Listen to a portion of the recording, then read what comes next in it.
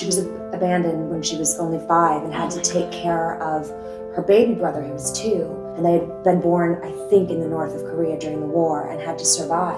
Post-war, there were a lot of people that were displaced or had, been orphaned. Probably the reason I love being an actor so much is because I could kind of disappear into someone else's skin, use the empathy that I lead with. As much as I was sort of unscathed by like the typical pratfalls of being like a child actor or a teen actor, one of the hardest things for me was understanding at an early age that because of the way I looked, I was less than other people.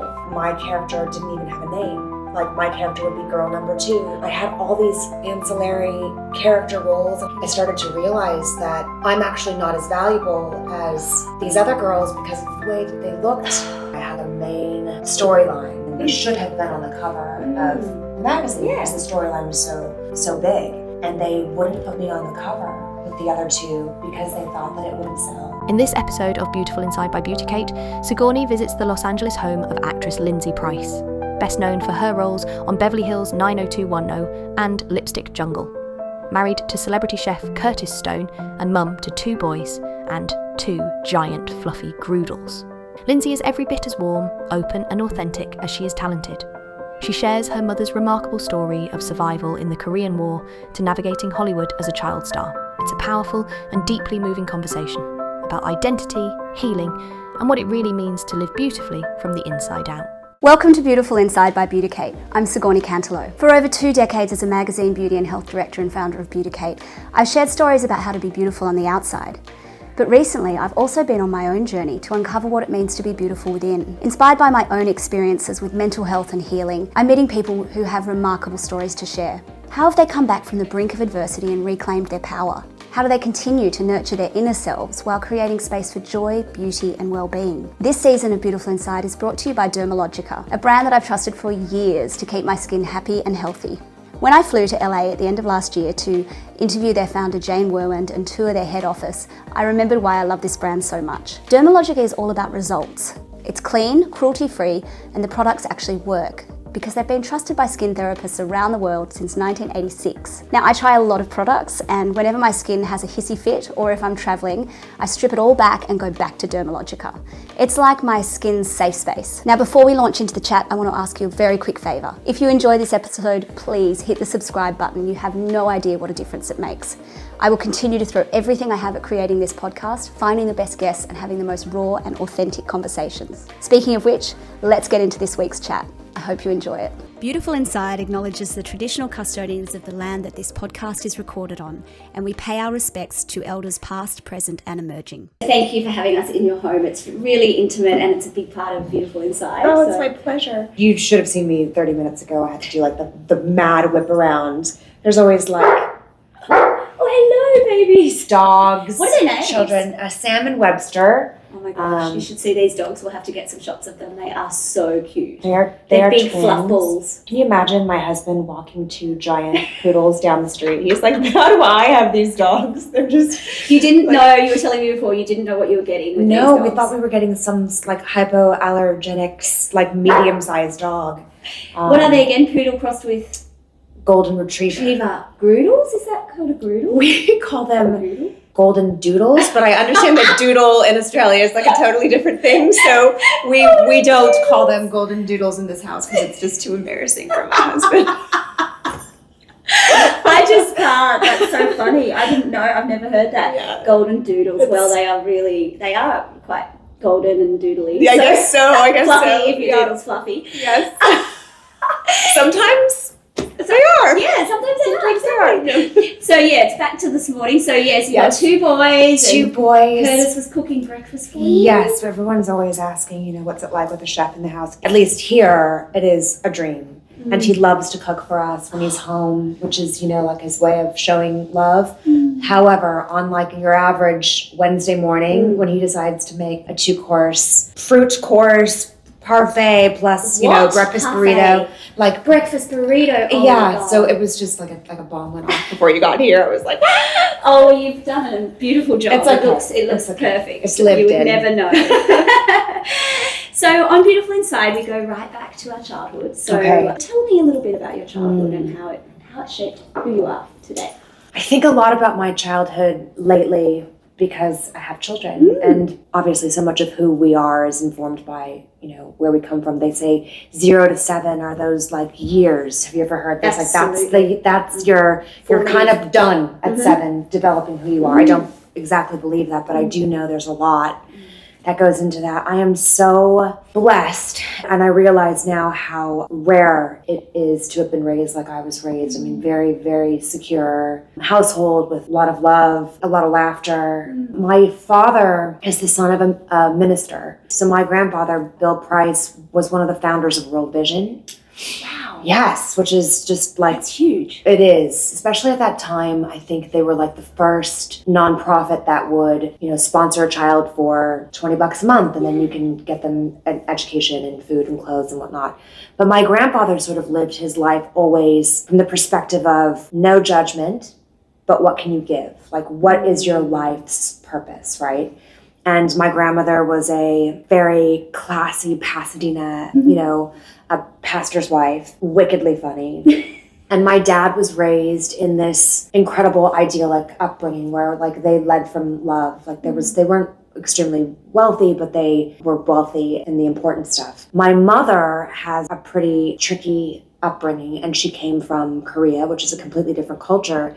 So I constantly watched them navigate what, like in today's time, could be like you could be set up for disaster, coming from totally different places. And my dad coming from this like very protected, beautiful environment, and my mom coming from a lot of pain and trauma.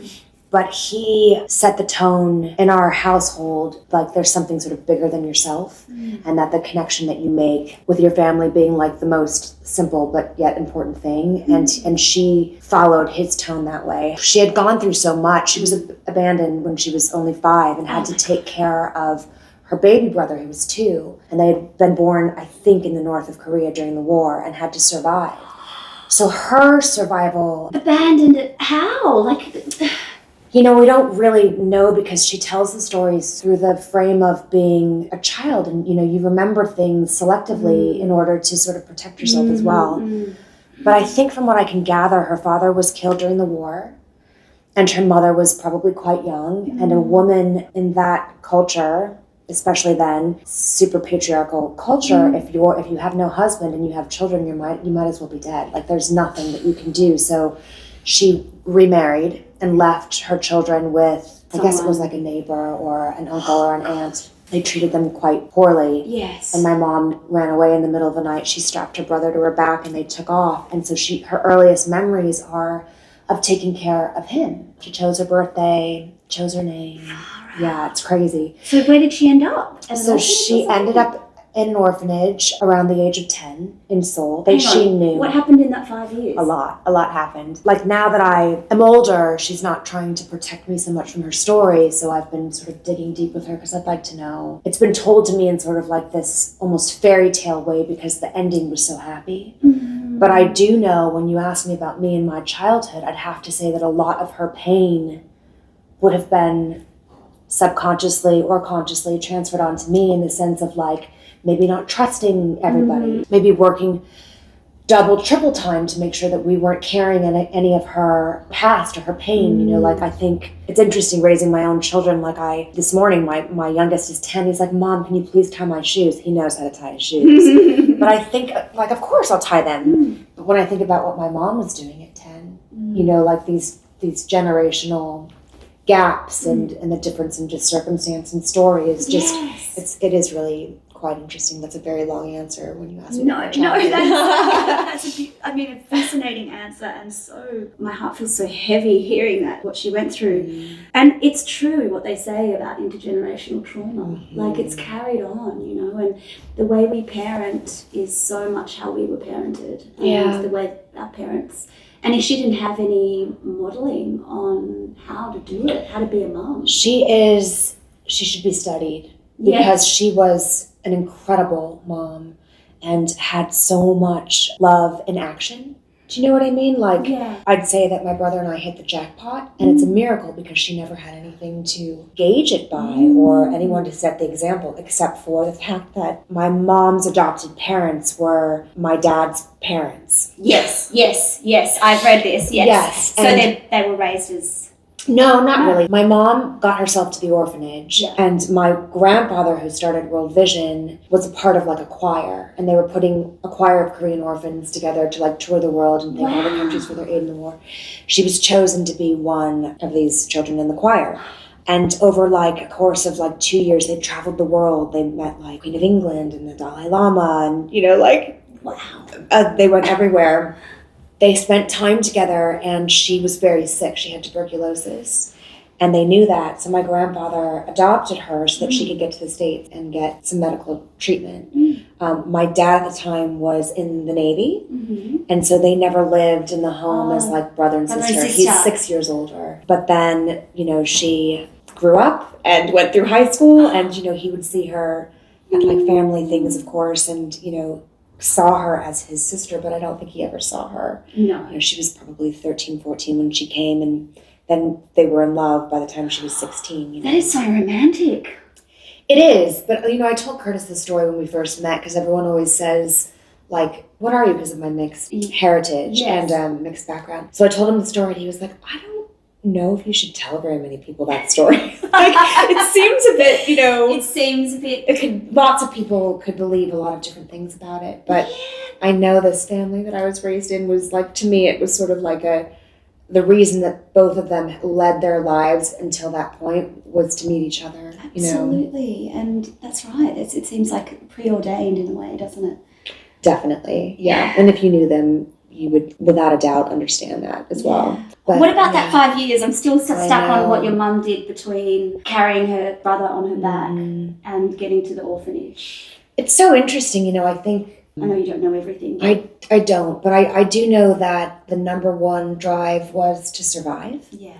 And a lot of people were in a similar situation, post-war. Yeah. There were a lot of people that were displaced or had, been orphaned or lost their family. She told me sort of stories when I was growing up, would be in a park, and she'd say, like, if you ever get really hungry, you can eat the base of that fern.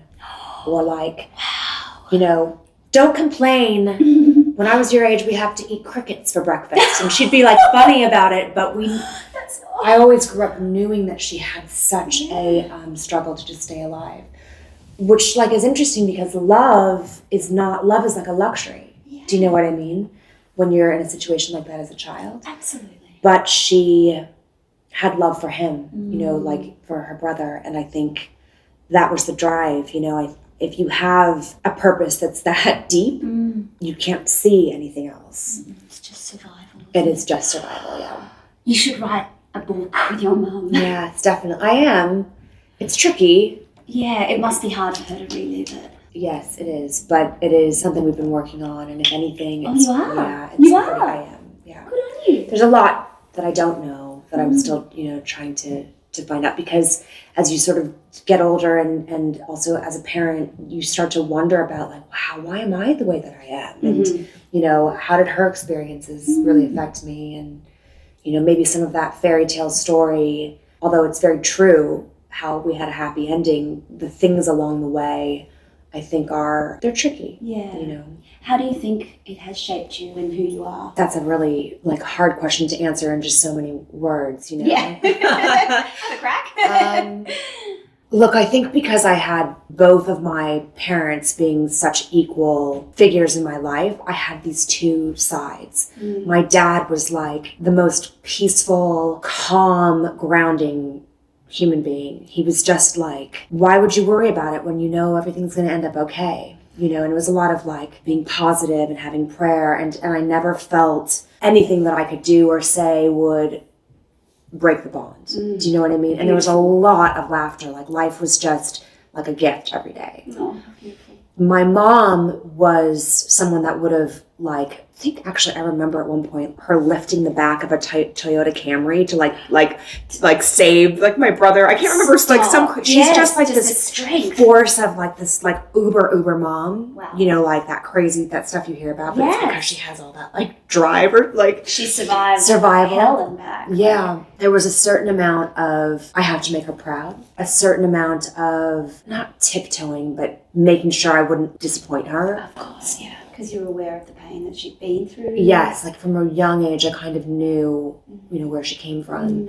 And then a certain amount of not really understanding because she was orphaned and we don't have, Korean family, like wondering who I am because a lot of who she is was actually cultural, but I didn't really know much about it. And then add into the mix that I fell into the entertainment industry at such a young age. I was forced to look at my aesthetics, but I felt sort of disconnected to it. Yeah. And then, actually something that I'm sort of dealing with now is that I overcompensated for how, not suspicious, but like guarded she is in the world by being super people-pleasing and like really effusive and like tell you anything about me. I'm an open book because she was so shut down. And I think that kind of in the world today, and especially when I was younger, people can take advantage of that kind of like kindness. And I think I'm sort of looking now and going, well, maybe some of her guardedness is okay. I didn't have to necessarily overcompensate for that. Have you done therapy around that and learned how to put up boundaries and... Yes, a lot of therapy about boundaries. We're all working on it, right? Amazingly, I went through all of my training as an actor. It's like just so cool and so valuable to be an open book. It is, yeah. And to be messy and to be open. And so like and you're sensitive as well. Yes, I'm a very sensitive Yeah.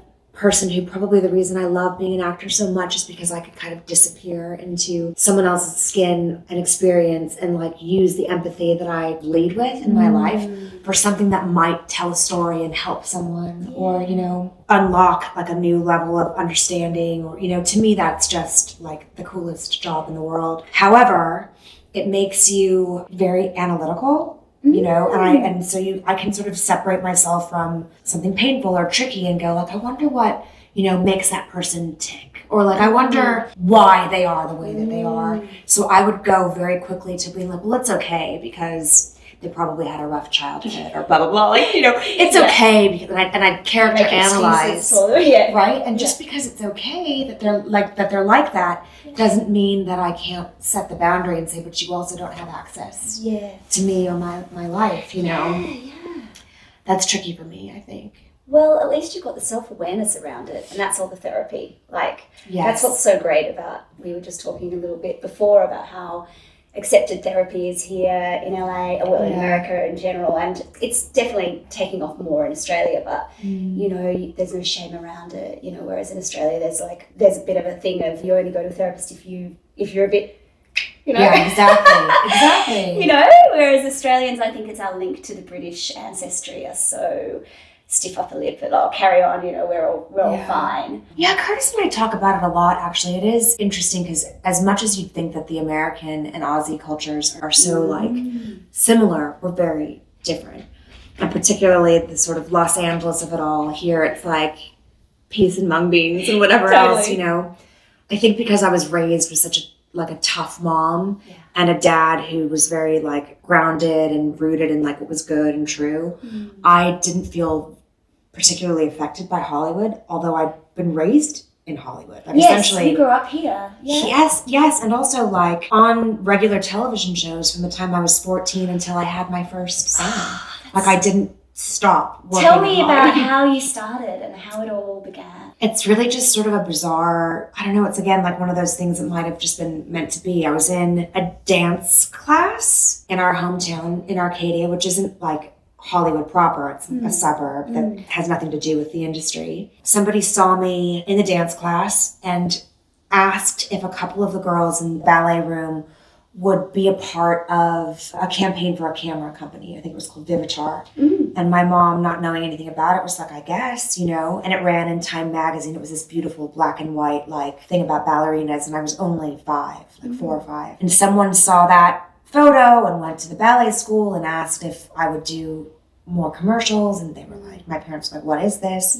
But to me, it was sort of an opportunity, even at that age, to feel like a chance to play make-believe. And, what do you mean you're telling me I get to go and play with Barbies for an afternoon? Yes. And it just kept rolling. It never felt like a job or anything odd. It was just sort of this weird thing that just kept happening. And my mom, God bless her, just was could you please just like softball. Like, what is this thing? Why acting? So she wasn't super into the idea of it? I think She wanted you to have a normal childhood. yeah. I mean, like as a parent, how awful could it be to think about your child dealing with a rejection or whatever it was? But it was something that even at a young age I really drove, and it was kind of used as like, well, if you get an A on your test, you can go to this, dangling the carrots. yeah, exactly. Yeah, you can do some more acting. Yeah, I just loved it. That's amazing. But going back to like the difference between Curtis and I mean, like how different our upbringings were and how different we are actually culturally, and he has a difficult time raising kids like in a world that is very like, well, let's talk about the feelings so much. And now he's trying to like jump on board, but I think sometimes there's a little bit of a mentality of like, it's okay to get on with it, you know? We don't need to analyze everything. Not everything. I mean, I think there's like a fine line for him. Yeah. And we found a really, really nice place where we let the kids sort of process their emotions, and we definitely want to hear what they have to say.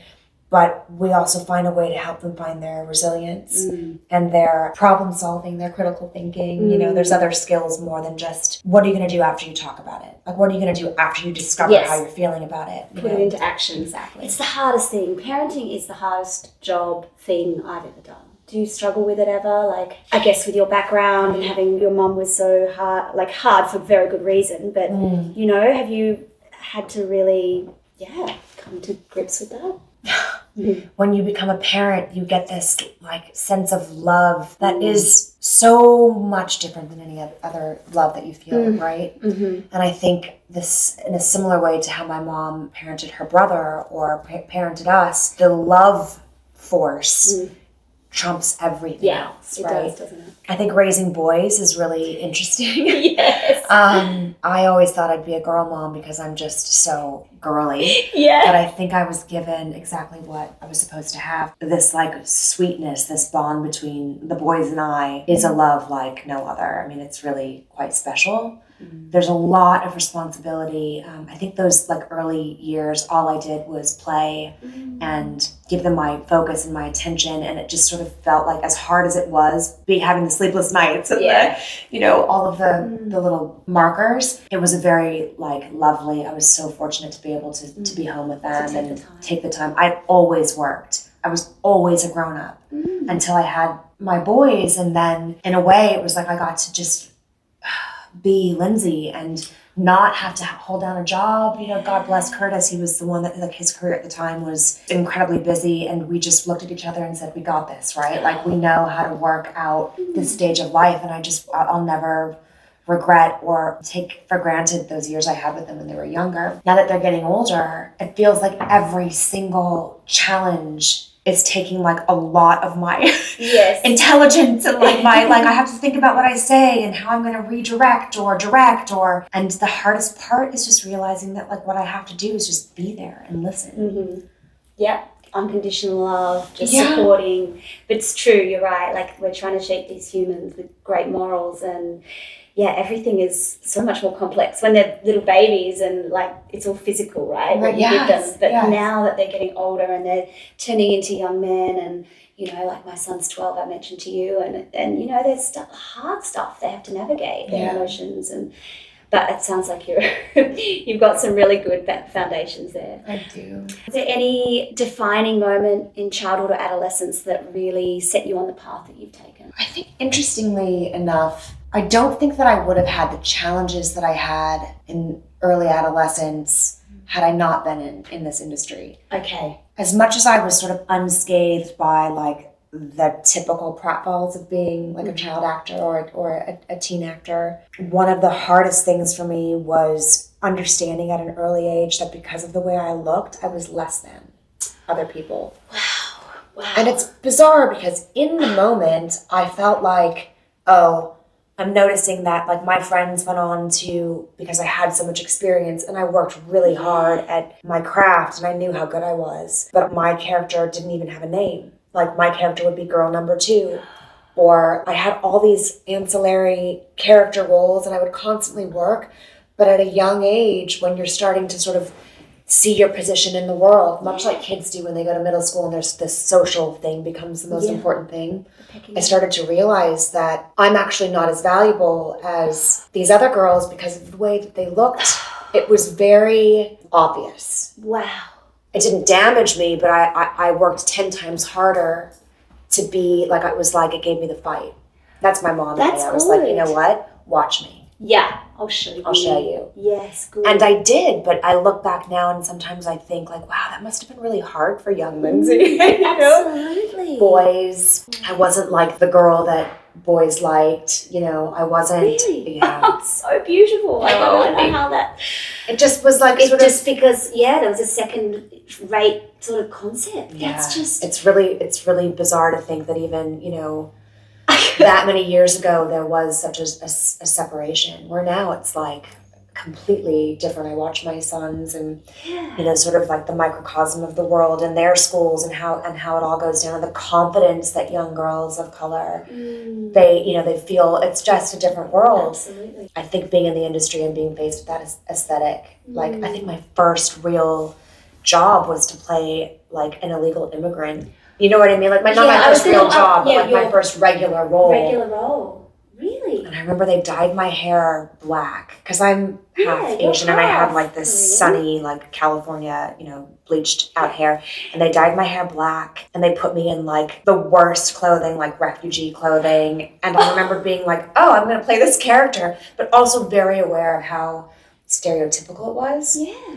Watching my friends have different types of roles that would have been more like in alignment of what was really happening in my world. Yes. But understanding that that's the way it was. That was then. It wasn't like tokenism back then. Like it was more about you are playing this role, that this racially specific role. Mm-hmm.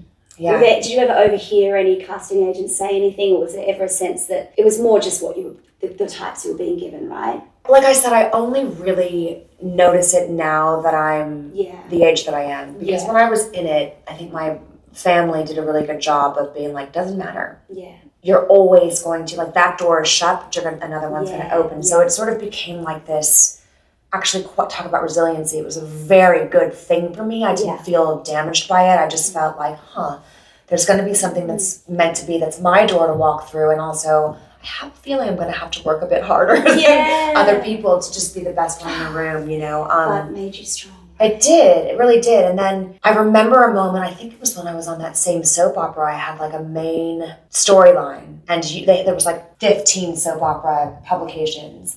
And we should have been, myself and the little love triangle I was in, we should have been on the cover of the magazine because the storyline was so big. And they wouldn't put me on the cover with the other two because they thought that it wouldn't sell. No. I overheard they can't do it because it might not sell as well as, which is just like, it's hard to believe. That was 94? That is crazy. I know. How far, do you think there's still residual? It's interesting because I think the reason that I think about it so much now is because the truth is, like when I got, and that soap opera turned into another show, and then I went on to 90210 and I was supposed to just be the secretary, but I worked so well with the other actor that they gave me a regular role, and I was just like, I'm doing this. And then that got me attention because of the work that I did for the next one, the next one, the next one. But then at a certain point I realized, I actually think I'm getting hired for these jobs because of the way I look.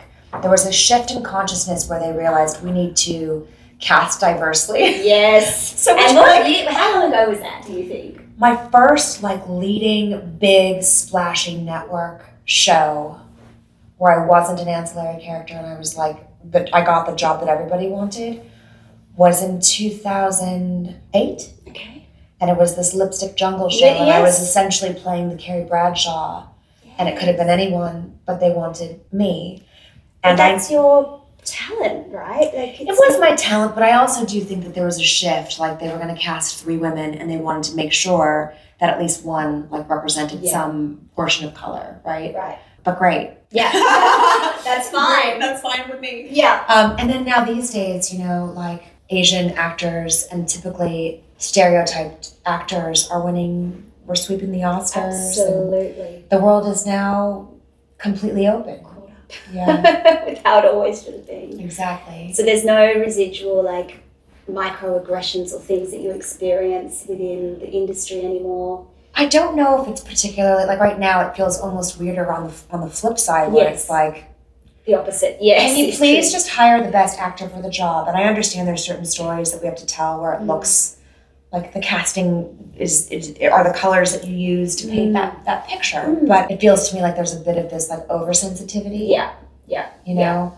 I'm very much looking forward to the place where it could just be like how it actually is in the world. Yes, you reality, know? a reflection on reality. Right. Outside of the industry, I think that we're starting to separate ourselves a bit. You know, I think like everything that came out of COVID over here, it was just a lot of prejudice against Asians. Yeah, it's horrible, wasn't it? Yes. And in Oz, I think there's still a certain amount of, I don't know if it's racism, but it's more just like integration. Yeah. And all that stuff really plays on mental health. I know here in the States, a lot of our elders weren't even feeling safe to go out of their homes. I mean, come on, like now? This is how it is. It's hard to believe, but and it's just certain areas, isn't it, of society? Like around here, certain areas in the US. That's right. And the political stuff. That's right.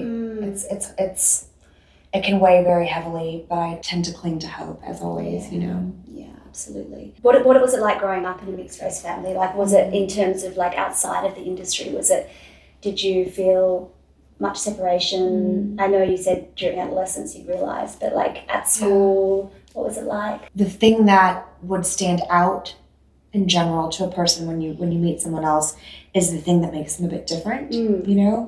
And I think I was definitely an Asian girl at school or in my life. I never really felt connected to or close with other Asian friends or family because the thing that made me different to my Caucasian friends and connections. On the Asian side, I was also like not exactly them. Right, yeah. So to grow up in this place where I was kind of always like in the middle, it's actually quite good if you look at it in a certain way because it makes you define yourself by who you are rather than exactly where you come from. That's really interesting. So I was kind of proud, especially being so proud of who my parents were and like, you know, I had a lot of self-esteem. That's beautiful. That I was okay. It was weird, like if you go to fill out a form, like to this day, I'd check the other box. Like, you know, it's like Asian, white, black, Latino, and then there's a box that says other. Oh, is there? I haven't even noticed that. And I proudly check other because I don't like to be put into a box. Yeah. And I'm not exactly sure why we have to do that. Yeah, exactly. Why? Why do they even have that part of the form? Who cares? Why? Why do you need that? I mean, I'm sure there's a million different reasons, but yeah, I've sort of always lived my life knowing that I was sort of my own thing, which I'm quite proud of. I really love that. Yeah. That's a great perspective. So talk me through 90210 in those days. Like, what are some of your greatest memories of that time? And you know, by that time, I'd gone through high school. I lived in New York on my own. My parents were always back and forth, but I held down a full-time job while going through school. I could have either gone to university or continued with my acting. And I knew that I wanted to be an actor. And I had enough success up until that point that like it was likely that I would succeed. Yes, you know? Enough runs on the board. Right, exactly. Yeah. The idea of me being on that show was just so wild because it was, I think I was a year or two younger than where those characters were. And it was the first show about young people on network television that was like massive, maybe Home and Away and like for you guys. Yeah. But for us, it was like the world stopped to watch that show. Absolutely. And it was like that in Australia was it? Too. Yeah. Oh my God. And I just like I cut my bangs. I was just like Brenda. I just, you know, we took all of our cues from that show. And then sort of like by the time I was on it, the hysteria had kind of died down a bit. Like they'd gone through college, you know, they had jobs. Yeah. And I got the audition for Aaron Spelling, who was like the biggest in television. You know, at that time there was like 4 or 5 big showrunner, producer types in Hollywood. And I knew that I could go and crush it, but I might not ever be one of the main characters because of the way I looked, because of my background, but it didn't matter. And I went in and I got a job to sort of replace another actress, the secretary, because Brandon and Steve had a newspaper. It was like a tabloid. Oh, yeah. And so I was sort of like the girl Friday. I'd be like, here's your envelope, and then crack a joke. And my sense of humor had really developed because I think of everything that I had, been through at that point in the industry. I just was like, let's not take this too seriously. And Ian Ziering really liked working with me because he quite liked comedy. And so they started writing us a bit of that, like, bringing up baby, kind of old school, like Billy Wilder banter. And it just took off. And at the end of my first season, where I was just getting sort of paid like a weekly rate, I'd gone to the wrap party to be like, bye guys, it was so fun meeting you. And Aaron Spelling got up on the stage at the wrap party and invited me up. And I thought it was basically just to say like goodbye and thanks for being here. And he said, you did one scene this season, Lindsay, and Randy, his son, came to him and said, you have to have her as a regular on the show. She's the best actor that's ever come through here. And by the way, Hilary Swank, who won an Oscar, had also been on the show. And I remember being there like, what's happening? And he said, would you like to be a series regular? On stage? Yes. What a moment. And it was a very, very defining moment for me because, first of all, to be on the show that I was obsessed with growing up, and then being recognized for just one That's moment. Making me get a bit teary. Me too, now. But it was That is so lovely. Like, they wrote me a what little moment. glimmer of this scene where I thought I was going on a date with Steve's character, but he really just wanted me to sort of be there so that he could like have not be alone for the girl he really liked. And the scene was he came to the door to be like, I'm sorry, I hurt your feelings. And it was kind of like this moment where I was like, I get it. Like, I'm not going to be your girlfriend, or I'm not going to be your, I'm not your choice. And I played the scene probably, now that I think about it, with like, been through this, like I'm going to be okay. Oh. And then I just played it truthfully, and that was the That scene. was the scene. That was the scene that they were talking about. You can't cry anymore because it's going to make me go. Okay, I'm sorry. That is so amazing. It was what a story. cool. I love that. It was the shift. It was Because I realized, like, you could just not give up. Like, you could just be true and do your work and love. I love my work. And, it changed everything. We came out of that show, and I recently spoke to Brian Green, who played David on the show, and he was like, dude, when we wrapped, and they had 10 seasons, I think I had 3, he said everybody thought that we could like finally go on to do other roles and be other, he's like, you're the one that was on every list. Every single person noticed the work that you did, and it's true. My career just was like offer after offer after that. That's so beautiful. Which was really cool. Someone gave me a chance. Yeah. And you did it all by yourself. You did it, and you were recognized. That's so beautiful. So then you went on to... It was a time where like network television was kind of the only thing. So there was far less. Like today it's like streaming and YouTube and like a million different things. Yeah. But they would have these lists. There was like CBS, NBC, much like it is in Oz. Like I think you have a few different channels. Yeah. And then all the streaming and Yeah. whatever else. Yeah. But I started to get on the lists of like all the big shows. They would cast what was called pilot season. And every year, each network would have a list of like 8 shows that if they shot one, it could be picked up for an entire series. I got to choose The things you wanted to the do. scripts and then still fight. Like it would be between me and a couple others. And I just kept getting pilots, and some got picked up and some didn't. A lot did. The tricky thing with this industry is that like you could think that you're on the pilot with like the cast, Yeah. and then it doesn't get picked up. I think the year after 90210, I did a pilot called The Heart Department, and it was Felicity Huffman, Tony Shalhoub, Emily Deschanel from Mark Feuerstein, John Larroquette, and me.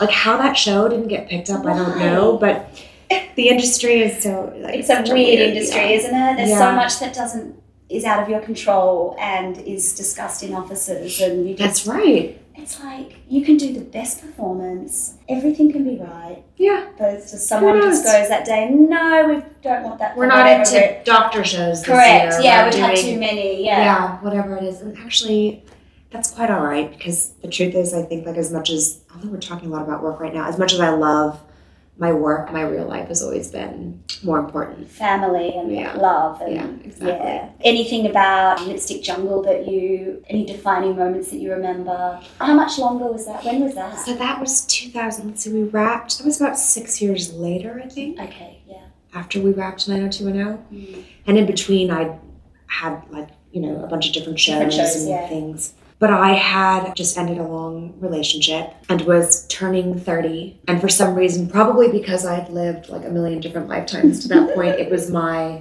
midlife crisis. All right. And I went through a little phase, I think probably because I was personally dealing with like this breakup and like really trying to figure out what I wanted to do with my life. I wasn't really booking like I usually, I had like this streak where I'd always like book 1 out of 4 or 5 jobs. Yeah. And then this script came and I loved it. Like rom-coms for me are like, that's my sweet spot, because I'm a fan of them. And I love strong like women characters. And the script was so good. And it was Candace Bushnell who wrote Sex and the City, also another favorite show of mine. Yeah. I went into the audition and I just like absolutely tanked it. I just felt like, I felt disconnected. Right. I walked out like, and I had moved out of the house that I shared with my partner at the time, and I was living in, we have this like apartment complex here where all the transient people go through. It's called the Oakwoods. And I literally had a mattress on the floor, and I remember going back like, kicking off my heels like, well, I guess I could like teach yoga or, it was like that classic story where you really are at a crossroads and are going to rock bottom, give up. And then the phone rang and I got it and I went, like what? I mean, actually they said, come back in. Okay, they're like, let's give her another chance. Yeah. We're sure she can do this. Yes, and I did, and then and that one went so well. Oh, that's good. Screen tested with so you the other 2 actors. And then I went from my mattress on the floor at the Oakwoods to a wardrobe fitting in Bergdorf Goodman's in New York City, where I was like on that platform, that circular platform, and they were like pinning the couture and like Pretty Woman. It was just right. And then like I'd get into every single taxi cab and advertisement for our show, and there I was, right? And I'd look out and a bus would go by with my face, and I was like front row Fashion Week and in Vogue magazine, and like the dream that I had always had, like the big dream. Yes. All of those things that you would think it would be was being realized at that time. And it was pretty awesome. Was it hard as well? Was it challenging? I mean, I'd had so much experience to that point. I knew how to do my job. You were confident in that. However, it was a time that was more public than, like, I'd never thought I was like some great beauty.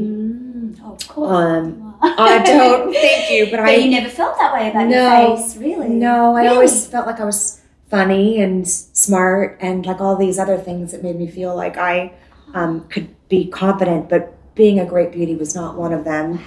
And I had to play a leading lady and also try to fit into clothes that were coming straight from the runway, like zipping yourself up into a size like -0 was not great for the ego. Yeah, that's really hard. It was, and just to stay confident at that time was interesting. This was a time as well where, do you remember like before social media, the tabloids were kind of it, but it was also very much a business. The tabloids sold magazines and advertisement, and there used to be paparazzi outside my apartment. So every time I'd leave the house, I had to be sort of conscious of how I looked, and my dating life was super public, and I wasn't even that famous. I was just like another girl on a TV show, but it was an interesting time to be super self-aware of how I looked, which was very weird. It was a shift for me, for sure.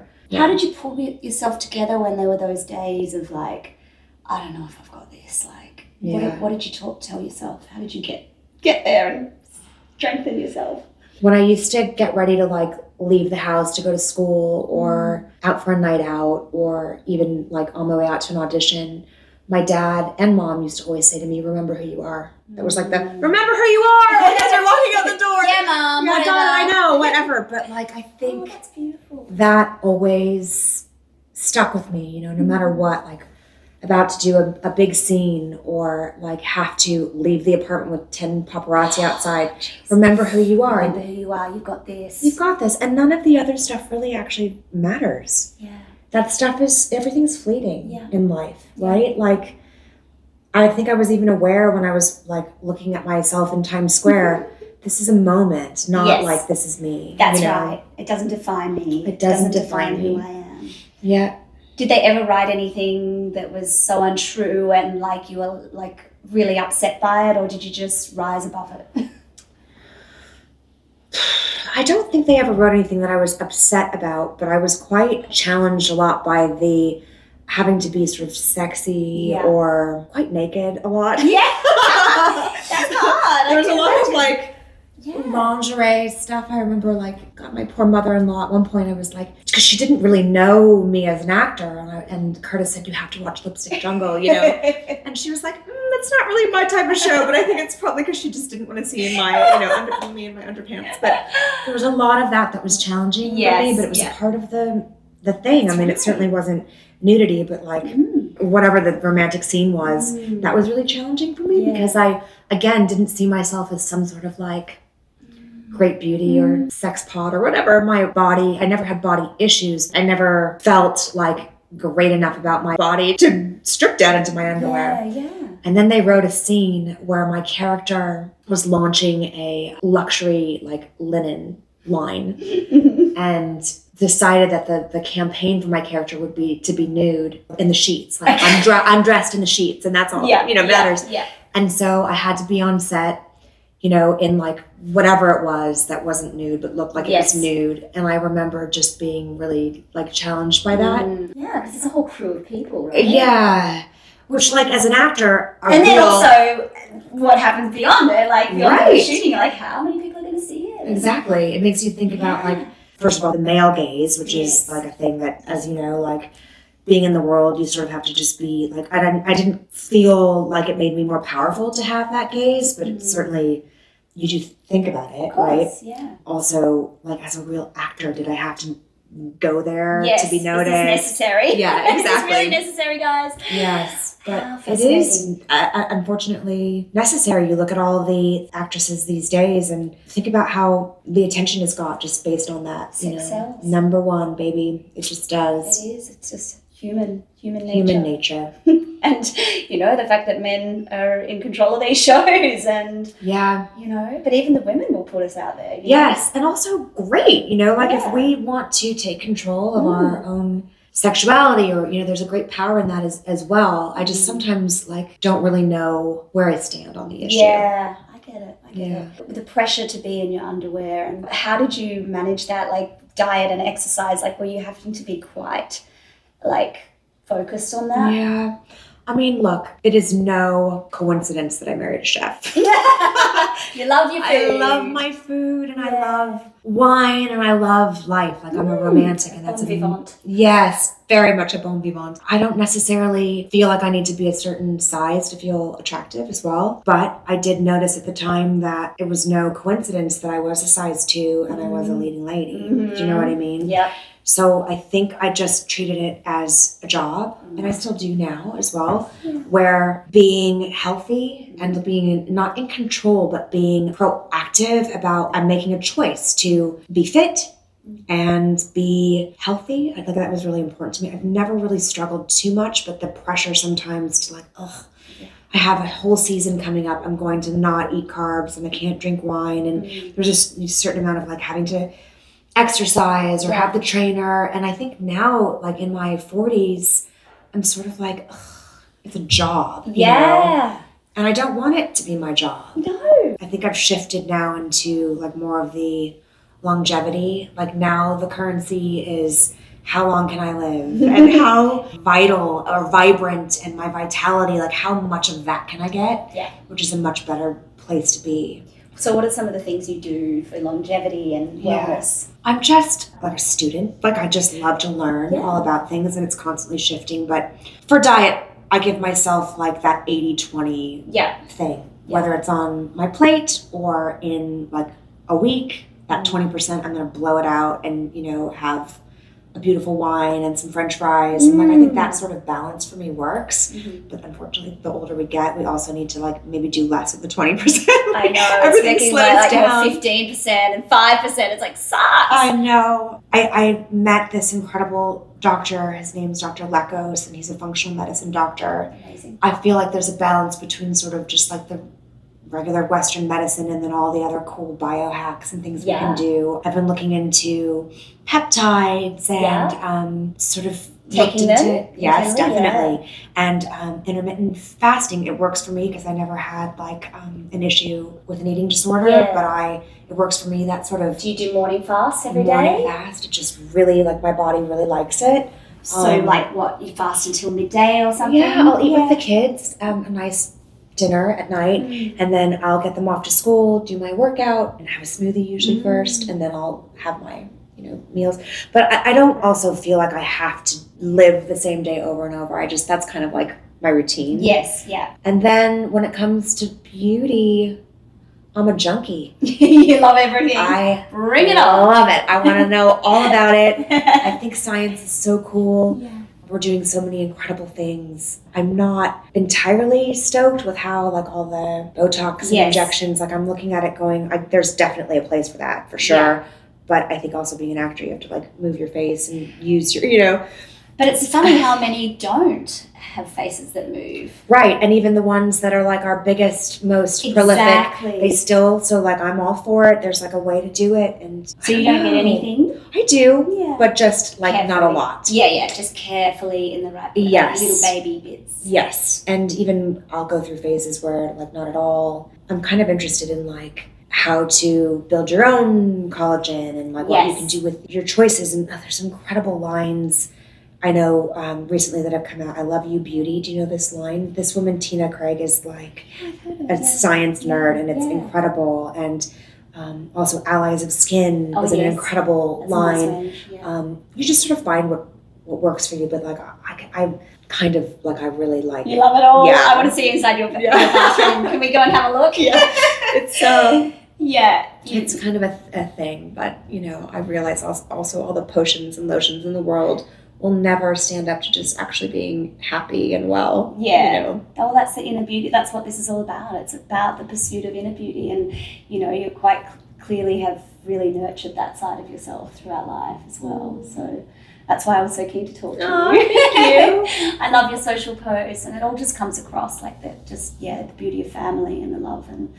It's everything. It really is. Like I think a life well lived is one that you can be quite content with, those connections that you make with people. Like that's kind of it. Yeah, exactly. That's all there is at the end That's of the all day. there is. When you're on your dying bed, it's about the people you have in your life. And it can be so staggeringly beautiful, or it can be something you're just sort of surviving. And it's a choice, I think. Like I really can actually say that because I know, going back to where my mother came from, which informs a lot of who I am, she did not have the choice. Her life was just handed to her. Those are circumstances. I sort of hate it when you hear like, is it happening to you or is it happening for you? Oh, God. And there's a lot of stuff that happens to you. It's true. Her choice to rise above or focus on the things that actually really matter, I think that's it. I think that's it. Tell me about love, and when you met Curtis, I would listen to the podcast where he interviewed you on Valentine's Day, and it was so romantic and beautiful. I recommend you listen to it, but tell us, what that was like and when you realized that he was the one. Yeah. I mean, at this point that I'd met him, I had just come back from New York after this, lipstick jungle thing where at the time, it was sort of strange because a certain amount of fame actually also makes men want to date you as well. You'd think it's just like, girls always want to be with like athletes or musicians or actors or whatever.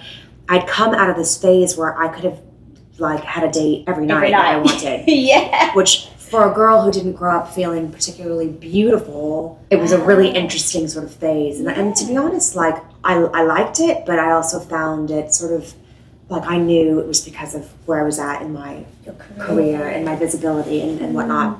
And I moved back to Los Angeles and I did another show where I was sort of one of three women, and it was called Eastwick. It was like supposed to be The Witches of Eastwick. It was a big ABC show. It tanked. Oh no. And in 1 week, I was in like the Entertainment Weekly. They had this thing that was like the bullseye. And I was like almost in the smack dab of the bullseye. It was like things that people were talking about. And it said how Lindsay Price gets dumped by her boyfriend and her show gets canceled in the same week. Oh, that's rough. And I was Like, no. what are you talking about? Like, this is just like, why is this in a magazine? Yeah. And I realized, That shouldn't be allowed. I'm like 32, I think. And women I knew that were in a similar place in their career were telling me to freeze my eggs, right? Because I was so career focused. But then it looked like my career was going to take a nosedive. It was like, I just was in this like limbo land. And my friend called me and said, get off the couch. I met your husband. You're going on a blind date. That is insane. How? I could like literally, it was like a Bridget Jones moment. Like I had back crisps and like the ice cream and like the whole, you know. And I said, I don't want to be set up. Like all of this feels very, I just feel like I need to be on my own and sort of like not work or date or like run. I just feel like this is a time for me to sort of reset. She's like, nah, he's your husband. That's amazing. And this is so weird. Okay, you ready for this? This is kind of woo-woo, and I'm not typically a woo-woo person, but do you remember The Secret came out? Yes. At that around that time. I think I was actually a little bit late to the party. Yeah. But a friend of mine was like, you need to secret. Like, you need to do some You secret need to- stuff. yeah, you need to figure it out. And so I was like, all right, I'll watch a Manifest it. secret. Yeah. And I wrote down that at that point in my life, I just wanted something more meaningful than just work and like the surface of what people wanted from me. I wanted to meet someone who I could build a life with that had shared, you know, goals of family and travel and making life more important than the things that seem so temporary. I wanted to maybe shift a little bit of my creative into to different areas. I wanted a family. I was very specific. And I sort of folded it up and like put it away. And then a couple months later, we did end up, like Curtis and I sort of like emailed back and forth because I was doing my friend a favor. I was like, I'll meet your friend, whatever. So you went and, So we emailed back and forth and finally we met. And I was late. I was like 40 minutes tragically late because I wasn't even, that's how much I You'd didn't forgotten think. Yeah. that you were on a date that night. Was that right? I just was sort of, obviously I wasn't like waiting for it to turn January 5th or whatever the date was that we dated. I was sort of like, oh crap, it's January, like I gotta go. And something happened when I saw him that was like, he's so striking and he had like his, you know, bad boy vibe. And I thought I need to probably just get this over with or maybe I should just leave. But the second I got sort of into his space, the opposite thing happened to me. I didn't feel like repulsed by how like sure of himself and handsome and like the accent. Like I wasn't like, ugh, you're gonna be trouble. I felt really safe and connected, you know, like I kind of already knew him. That's you know, amazing. A sense of history almost. Like, I think so. It was known you in the past life. Definitely. And also he had an energy that I hadn't encountered before. Like a lot of the actors and musicians and, you know, like creative types that I'd always been around had a certain like self-indulgent quality, which I found interesting at the time, like to be with someone who was like talking about therapy, like let's analyze this and let me just talk to you about my feelings. And there was something about Curtis that was just so grounded. And he was just there to sort of like observe and listen. Wow. And he wasn't shut off in any way, but it was just like a very, I don't need to prove anything to anyone kind of vibe. How amazing. Which was really cool, yeah. And he got you to come and sit on the banquet with We you. sat side by side. And yeah, I just felt like, oh, we're going to know each other for a long time. That's amazing. Now, we went through our like phases. I don't think either one of us was really looking for forever at that point. Really? I don't think so. Like, you know, we were open to it, but we would have just countless nights where we would sit up and talk and listen to music. And it was equal parts like passionate and exciting and fun. And like we'd go out and live life. It was equal parts that and also this super, super familiar, safe, I found my person kind of vibe. Nothing too particularly dangerous about it. Yeah. Which, it was a safety that you felt. Yeah, but it was dangerous. We were like pedal to the metal. We just went for it, you know? That's so beautiful. We did. Which, you know, when you look back, sometimes you kind of realize it's good to kind of take things a bit slow. In retrospect. Yeah. You know? And then you renewed your vows, didn't you? We did, yeah.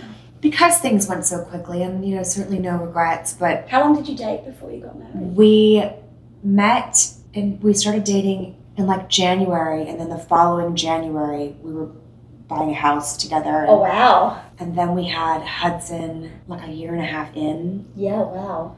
maybe longer, maybe 2 So years. that's what you mean when you say it just... It wasn't like, we knew we wanted to have that. It Yeah. just kind of like, the life force was just like so great. But then we did renew our vows at our 10-year mark, and it was so unbelievably meaningful because we looked at each other and realized that the love that you have with someone that is not just based on like common goals and common, we're raising a family and making life happen, but that you grow together because of all your challenges and all those moments you have to go, how are we going to handle this? Or what do you think about, this? And every level that was unlocked made us realize that like life is not going to be always so idyllic, and it's going to be challenging, but that type of love is something that I'm interested in. I'm really interested in like growing and evolving and changing and becoming, like really discovering more together.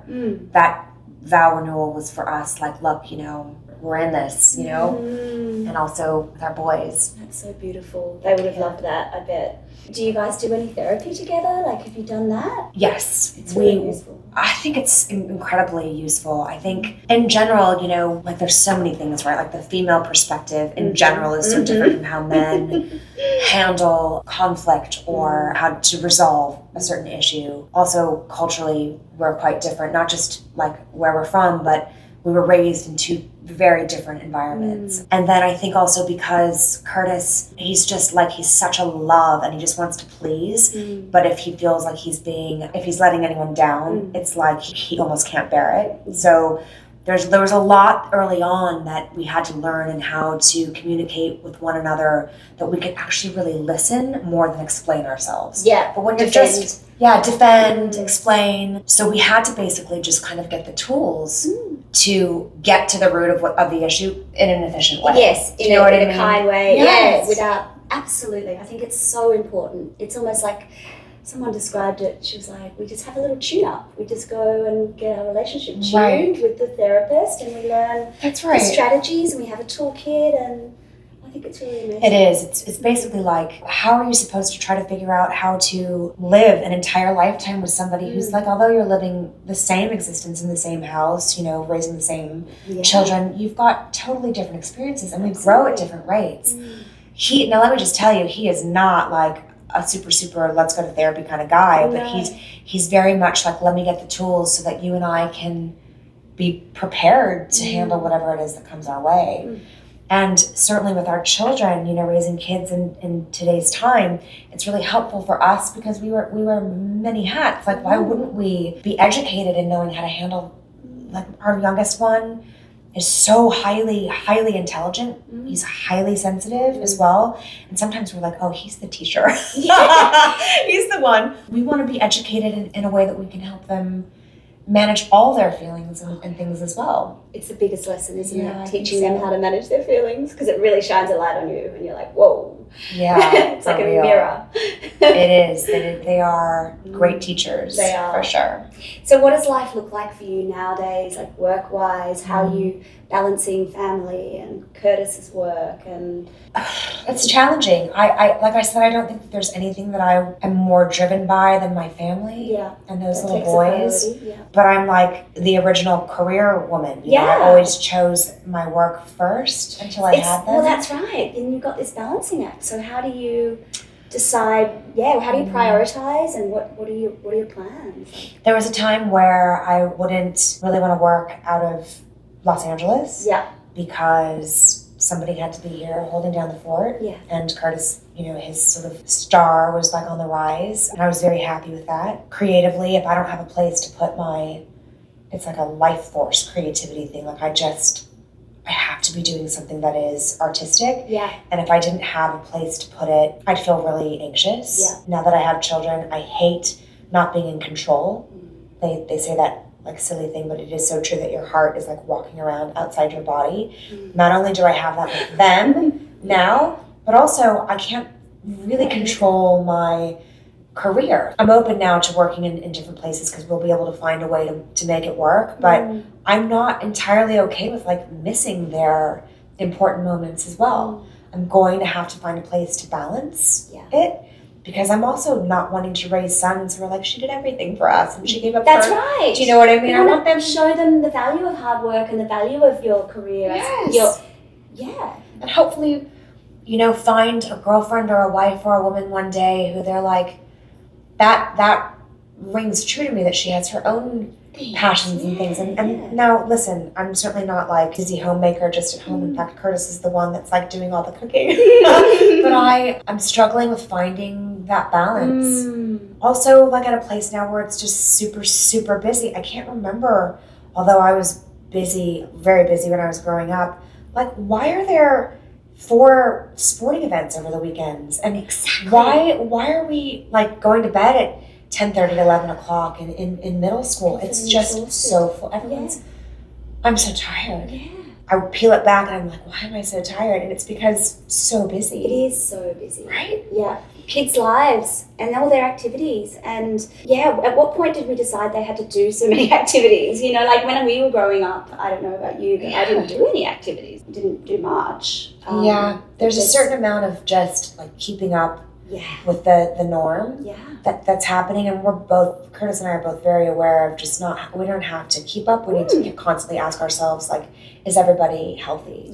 Mental health of our children is by far the most important thing, and the world now is so tricky for them. I really feel for them. Social media and whatever else that's going on with kids today, it's just so hard to figure out. It is. We are lucky at this point because our kids don't have phones, or you know, like we don't have the constant, they'll use an iPad on a plane or whatever, so we're sort of okay for now, but it's coming. That's amazing that you've managed to hold off the phone. I think they're just like, they just say, well, my dad's Australian, like in their brain they're like, it's an Australian thing, we don't have iPhones. Oh, I love that. You've told them that. That's really cute. That's amazing. I don't know exactly how we've managed to hold it off. I think also they're both very aware of what had happened to their friends when they got their phones, and you know, like Hudson, our oldest, has said like they kind of just disappeared. Like now we're hanging out, but I'm not even really in the room. And what am I going to do if I get on the phone as well? That's like, such good awareness. What's the point? That's brilliant. So he's snaps to you and giving him that perspective, and him being mature enough to recognize that in his friends. That's amazing. I think it's less to do with maturity and more to do with just being self-aware. You know what I mean? He's able to say, that doesn't feel right, and I'm going to take my time to sort of figure out. Bless him. Yeah. What a legend. What about your mental health? How do you manage your own mental health? I mean, there's the practical things that's just sort of taking care of, like, the house you live in. Do you know what I mean? Like, I do know that if I move my body, I feel better. I don't try to achieve some sort of perfection. I just try to move a little bit every day. What do you do? Like, what exercise do you do? Peloton. I like to take a walk. I like to go outside. Lift weights now because the older you get. That's right. You know, perimenopause and all that. BS. But it's part of it. But do you have a gym here? I have a little gym upstairs. I mean, it's an empty room with Peloton, and I have an infrared sauna, which I love. Do you? Oh my gosh, like, let me have a look. I got it it was so sweet. I work with this woman named Lauren Roxenberg, and she does a lot of the like fascia rolling. Yes. I mean, she's absolutely Does she incredible. have the fascia blaster? Is that her? I don't know if she calls it the fascia blaster. blaster. I feel like I read something somewhere about her. Yes. Her book is called Align Life, and she's just a magical person. And she's sort of someone I always look to. It's not really about being like super fit, it's about being like well for her, and she just so happens to be super fit. So she hooked me up with this company called Sunlight, and they gave me this infrared sauna. And man, was that thing like, it came during the lockdown, and I would get in and shut the door and tell the kids, oh, it's too hot in here, like can't come in. You know, so it'd be like my little, that's your little space. Yes, so it doubles brilliant. All the health benefits we know these days about having a good sweat, particularly with infrared, but it's also this little chamber of like, I'm going to give myself the 30 minutes to just be there. Do you meditate? I meditate. In the sauna? Yes. Yeah. Sometimes it's hard to meditate in the sauna. I agree, because it's so hot. It is. I got my my mantra a few years back. And So you're a Vedic meditator? yes. Yeah, Vedic, yes. And it's so beneficial, but I go through phases with it, to be honest. Like I sort of have I'm not too hard on myself. You know, you have to wait to eat, to do the meditation. Do you and do like all of 2 it. sessions a day? I did for a while. And now I just find like that when I do have a little bit of a practice, it's not like as consistent, but it's when I feel like I need it. Yeah, you know. that's really good. And when I go in the sauna, sometimes it's like something separate. Like that for me is just my chance to... Hello. Oh, hi guys. Oh, are you coming in to say hello? Come on. Webster. We need to show the fluff balls. There's... Okay, come in. Oh, come That's on, okay. You can come in. Oh, bless. You're so beautiful. You really are. Also, no dogs allowed in the sauna. Yes, that's right. You get to have some time out from your doggies. Yeah. Honestly, I find that my friendships these days are like soul enriching, affirming. Yeah. I'm so grateful for my female friendships because we're going through similar things. And even Are if they it's- actors as well, mostly? No, or- well, a couple, but no, my best girlfriends are not actors. One I went to high school with in New York, and she lives in Ohio, and I see her when I can, but we have our phone catch-ups. Yeah. My other friend is, I've known since I was 19. Like, Yeah, there's certain that's people that you nice. can sort of touch base with and always just, like, have a laugh or a cry. That's, like, I'm really realizing at this stage in my life, my female friendships are good for my mental health. Yeah, oh, absolutely. Right? Fills your It's cup, different. doesn't it? Yeah, You're it really wow, does. I needed that. I needed that time. Yeah. Do you do a lot with him on the restaurant? Like, do you work Yeah. on a lot of the creative concepts with him? Anything style Yes. or Are you sort of styling? like not necessarily his clothes, Yeah. but like he always sort of comes to me for just like a sounding board or a little bit of advice. And then it's funny because as much as he is in the culinary world, it's actually quite similar to what I do. Like he's an artist in the sense that like he takes all of the elements of like a certain recipe and then puts it all together in this alchemy to make people feel something, right? He's a nurturer with his dishes and his food and all that stuff. But the business of what he does, it's still quite like entertainment industry centered. Yeah. He's got the culinary world, and then he's got all of the media and cookbooks and hosting and television shows and all that kind of stuff. So our worlds are similar enough that we can relate. I mean, it's still sort of like the entertainment industry. Yeah, that's true. At a certain point, he had asked if we could like do a show together, and it was partially so that we could spend time together. Yeah. Back in the day, like if you were an actor and you did anything that wasn't scripted, or even if like you worked in television, it wasn't as cool. And these days, everyone's sort of doing everything, you know? Yeah. So we have worked on a couple projects together that have been really, really fun. We did sort of a holiday, like lifestyle, home, and how do you celebrate your holidays type show, Yeah. which was really fun. We've worked on projects that were a little more tricky and meaningful, like dealing with the global food insecurity. We worked with the World Food Program and went to Africa together. Beautiful. But like, why not do projects together that are interesting and we can kind of do a little bit of a deep 100%. dive, or just even just entertaining. I mean, people are constantly asking what it's like at home or how we start our businesses. I think the restaurants, for the most part, I try to stay out of it because he is definitely the head chef. You know what I mean? I'd like to be the sounding board. I'll go with him antiquing to pick up like whatever it is for the look of the restaurant. Yeah. Oh wow. I make the beautiful. playlist. Do you? Yes. Oh, that's lovely. That's He'll tell something you. subtle. Like next time I go, I'll be like, oh, this is thanks to because you do a lot of music still, like you sing. I do. I sort of, I mean, not really so much anymore, but one of my lifetimes I got really frustrated with not being cast and sort of waiting for a job to come around. I decided to songwrite 25 songs and Wow. have like a real rock star phase where like, I wasn't a rock star as much as I thought I was. And I played all the Roxy and the whiskey, and I played all around town. And actually now our son is songwriting, and he's an incredible musician, and it's really lovely to kind of have that to bond You should with do him a over. little duet or something He together. does not want to duet with me. That would be so sweet. He is not into that, but yeah. Oh, that's beautiful. Well, I would love to know about your Sacred Six. So first and foremost, I think it's my like spiritual practice. Yes. And when I say that, I mean like I take everything that I know and how I was raised and everything that I've experienced throughout my life, and I make sure that I'm constantly learning. So at least one little portion of each day, it's either in prayer or meditation, or maybe I'm taking a walk and I connect to nature, but I have to take care of my spiritual well-being.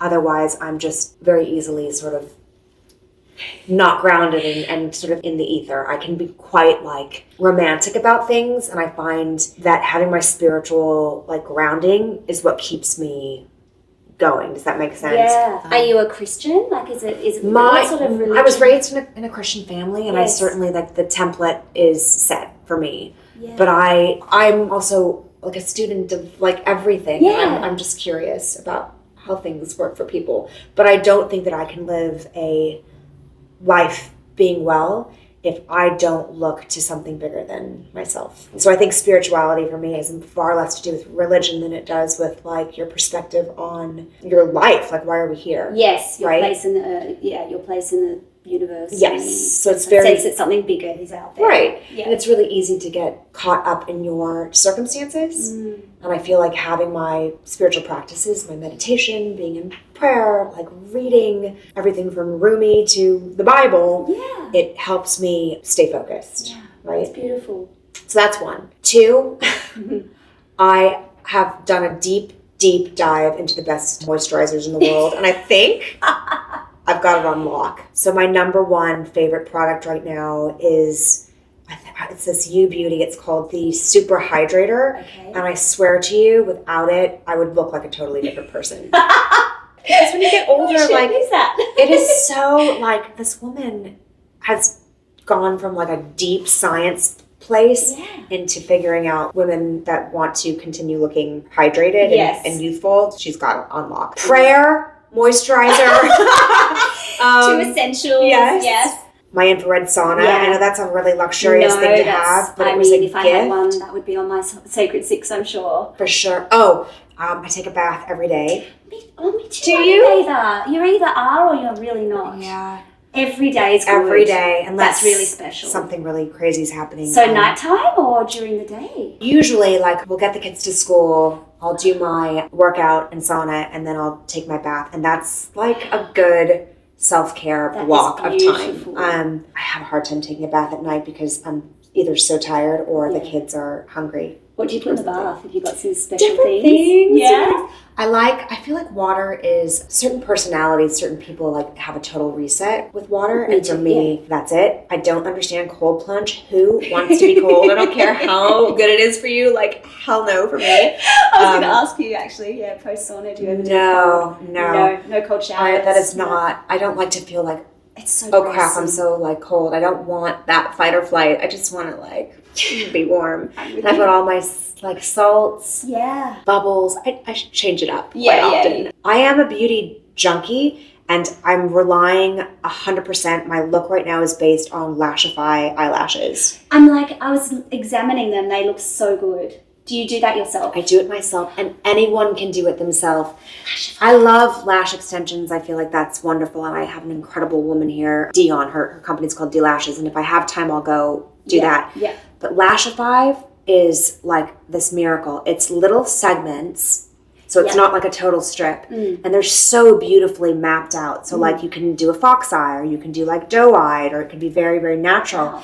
And you put on the mascara, and it sort of dries, and then you take like this little tool, and you kind of just like, you put it under the lashes? It goes under. Yeah, under lash, yeah. It's just like, it's a game changer. I've got underlash segments on too Oh, today, yours and look they were gorgeous. pre-glued.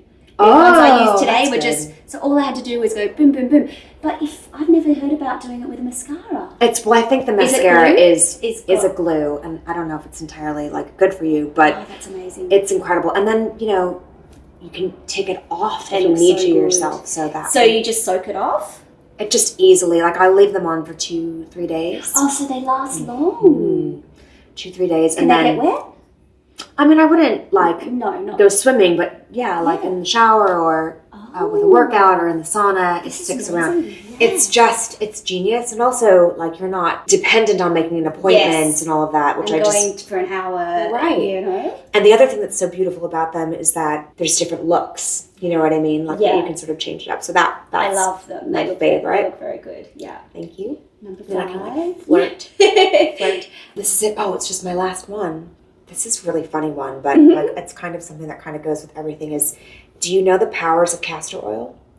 Oh, I've just recently discovered castor oil packs, like putting it on my tummy at night. Yes. Is that what do you do with it? Put it on your tummy. That's amazing. Like in a pack, like you have to whip. Yeah. Right, for like digestion and stuff. do you Okay, do here's all the wonders of castor oil. Okay, Are you ready? This. I'm so ready. I worked on a project and I had long extensions, which looks amazing, but when you take them out, there's just so much breakage and so much hair comes out. So I've recently chopped my hair. Oh. But castor oil on the scalp, it went from being like, oh my God, I'm losing all my hair, to just like double the hair. Okay, so it's a hair growth. You can use a spoolie and put it on your eyelashes as well and your eyebrows, and it grows. Everything grows. It grows your hair. No. Also, you can put it on a facialist that I work with who does mostly like natural homeopathic remedies. It's like one of the only things that helps with my melasma. Really? You put it on, like I get a spot here and I have 2 that are like symmetrical here. You put it on at night, sleep at night, and just stay really consistent with it. And something about what's in, like, the chemistry of castor oil yes, inhibits whatever it is that's melanin. pulling the melanin into your skin. That's nice. So as a beauty product, it is to me. Do you just pat it on? Mm-hmm. And leave what it. about massage it into your scalp? You massage it onto your scalp, spoolie your lashes. So you just cover yourself in castor oil, basically. Yeah. And then, of course, there's all the things that you can use for digestion, the packs, and Yeah. you know. Have you tried that? I don't have a million digestion issues. Like, every once in a while, I'm like, oh, I need to drink more water or whatever it is. But I know that people find that really effective. It's kind of a miracle. It really is. And I think I posted about it, and I had some people DM me and go, it's a miracle thing. And I was like, I didn't even realize. So what's the result? You just like don't have bloating? I mean, to be honest, I haven't done it enough to really test it, but I felt good the morning after. And the lady that I was seeing for my digestion issues swears by these castor oil packs, and she sells them. So I'm yet to test it, but I've got a big ass bottle at home, and I'm just going to slather myself in it now. It's really like, I kind of thought, how silly, like something that's just so accessible can be amazing, actually seeing it lighten your melasma. Like, more than expensive, and that's a hard one. Well, thank you. You're welcome. I'm just going to thank everyone's going to thank you. Like, Lindsay's just, you heard it here first. Castor oil will change your life. Yeah. Oh, well, I mean, that was amazing. Thank you so much. Welcome. I could sit here and talk to you all day. Me too. This was so fun. I just love it, and I loved meeting you, and I think you're wonderful. You too. Thank What you you're so much. doing is so important. And I'm just grateful that there are people in the world who can sort of meet women where they're at, meet people where they're at. And right now, I think everyone's sort of looking for a little bit more than what you can do from the outside. It's absolutely 100% what you do from the inside that counts. So. Oh, that's just music to my ears. Thank you so much. I'm going to cry now. I don't cry because you know what happens to me. Yeah. Oh, thank you, gorgeous. Thank you for joining me on this episode of Beautiful Inside. If you enjoyed this, the best thing you can do is share it with a friend, leave a review, or give us a rating.